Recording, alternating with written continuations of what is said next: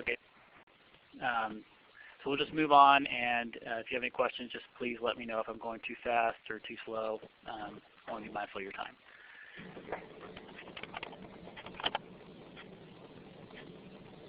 So this is the format of the Bidders Conference. All of you should have received the RFA already. You guys are the ones that respond to the statement of interest. We're going to go over the RFA instructions, terms and conditions, questions and answers, and if you could please mute your phone if you have a question, it would be appreciated.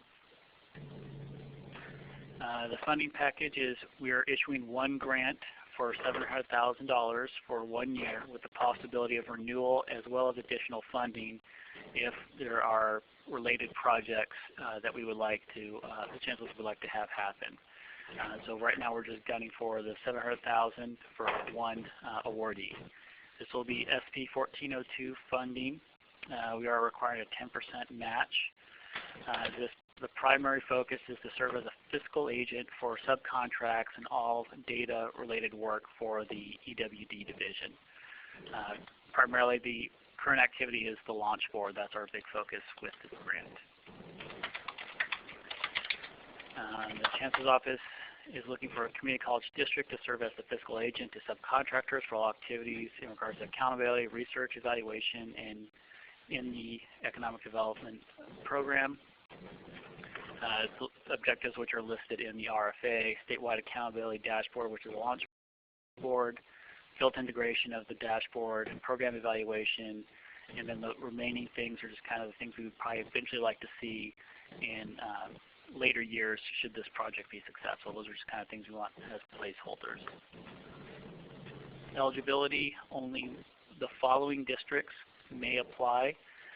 Those who respond to the statement of interest, Butte, Coast, Napa, North Orange, Pasadena, Riverside, San Diego, San Joaquin, Delta, and Southern Orange are the only ones that will be eligible to apply for this project.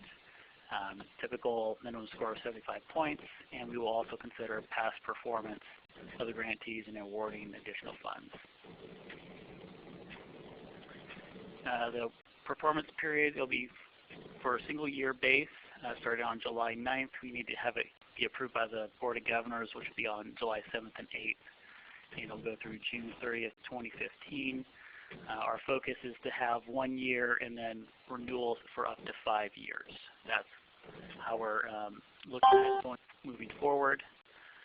No extensions will be granted for this funding unless approved by the Chancellor's Office due to special circumstances. If the grant is successful, additional funding is possible. We have received a couple of questions I'd like to go over regarding this project. The first one is, what is the allowance for staff time? We're estimating about $35,000 can be budgeted for staff time. If you guys are going through your, building your budgets, you realize that's not enough, please let us know via email, and we're open to making some adjustments. All the items listed under the objectives on pages 1 through 3 of the RFA instructions will be completed by subcontractors, correct? Yes. Our expectation is that all the work listed will be done by subcontractors. There's already a couple subcontractors that are currently doing the work, which we're consolidating these contracts into one, or these grants into one big contract, and the awardee will be responsible for procuring, contracting, and monitoring those subcontracts. Should the work plan detail how we manage the subcontracts, or should it contain the details about how the project objectives are accomplished? Yes, the work plan should detail how you as a district intend to procure, build, and implement contracts, which may include discussing the your bidding process and scoping of building up the contracts, as well as payment to subcontractors. We're looking for an efficient way of getting these contracts processed is what we're really looking for here. And the objectives are listed in there just so you can get kind of an idea of the type of work we'll be looking for. Last question is, please clarify what we want in the needs section. And we want to know how your district intends to be a fiscal agent. Answer and expand on the assigned questions that were in the statement of interest, those 4 questions. You may also discuss your internal or external competencies your district may have if applicable. So if you have internal competencies for a project that we may have or that that's already spelled out, you may put that in there saying we have the internal competencies or we know vendors who can do this work. Are there any questions so far? Yeah, I had a question. This is Andrea Sepan from Coast. I was curious, since this is a grant to serve as a fiscal agent, why is a 10% match required? Because that's the requirement of 1402 funding. Anything that comes out of 1402 requires a match. Typically, like for our DSN contracts, it's 100%. And then for a couple of our technical assistance providers, it's 50%. And so we try to keep this at a low threshold of 10%. It's a requirement of the statute, unfortunately. We were trying to find a way around it, but unfortunately it's state law. Okay, thanks. Any other questions? And I assume the matching funds can be, staff time working on this project, yes. Use of facilities, things like that. Yeah, in kind as well as cash. Any of those things will work. Okay. Jason, this is Deja Swingle from Coast District. You said $35,000 for staff time, and you also listed project director there. Do you mean the director that's supposed to be listed that's in the RFA for 80%, or just the staff to support that director? The 80% I think we're going to adjust because I don't think this project initially will require 80% time because it's not that large yet. So that's something we're going to have to adjust. So I think that's overall staff budgeting time is what we're assuming.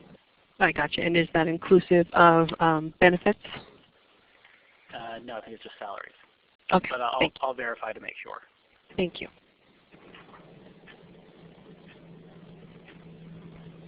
So we'll go through the RFA clarification. If you have any questions, feel free to contact me, preferably by email, so that way I can keep a running log of what questions are answered, and as well as I can post those questions for everybody else to see. We want to make this as fair as possible. So it's a typical sequence, highest score. You see on the table kind of how we have it divided up. This is straight from the RFA. Appendix B forms, well, you guys received those as well. And we can make adjustments as to the work plans as we see fit once the award has happened. So application format and instructions, it's a typical run-of-the-mill for here at the Chancellor's Office, date sheet, cover letter, contact page, tables of contents, the need response, annual work plan, which has the objectives, procedures, activities, timelines, people responsible, and the performance outcomes. The performance outcomes, we're not requiring momentum points like on other 1402 projects because you're not doing the direct work. So this project is exempt from the momentum points. Application budget detail, typical application budget. Project management plan, that's kind of probably where the crux of this project will be, is how you plan on managing as the fiscal agent. And here are the key calendar of key dates. Statement of interest was released on March 25th. See, we're due on April 7th. RFA was released. We're having the bidders conference today. Application for deadline is June 6th. We intend to award on June 13th, so we'll have our work cut out for us for that 7-day period.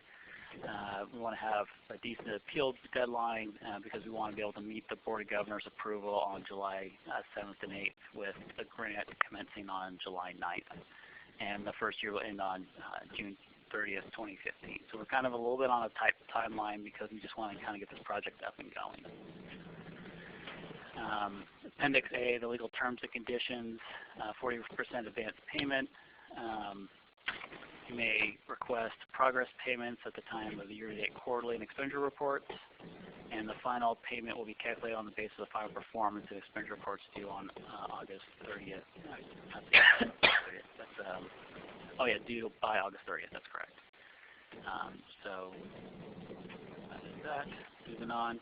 Appendix B, it has the View First tab, which we pretty much pre-populated with all the headers of what project it is. You just need to select your college and enter in the objectives. The contact page, you need to complete that. And application budget summary, application budget detail, and the annual work plan. Appendix C, which is our determined allowable cost, permissive activities allowable of general costs, just our typical run-of-the-mill legal stuff. And that's pretty much it. It's real quick and easy because it's just pretty much a fiscal agent, not a whole lot of detail unless you guys have some questions.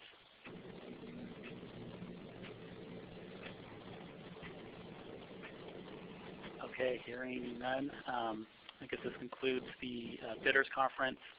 If you have any more questions, feel free to email me. I'll keep a running log online of questions that are asked. And this PowerPoint as well as this webinar we post online as well. And thank you very much. Have a nice day. Thank you, Jason. Thank you. Thanks. Bye. Bye.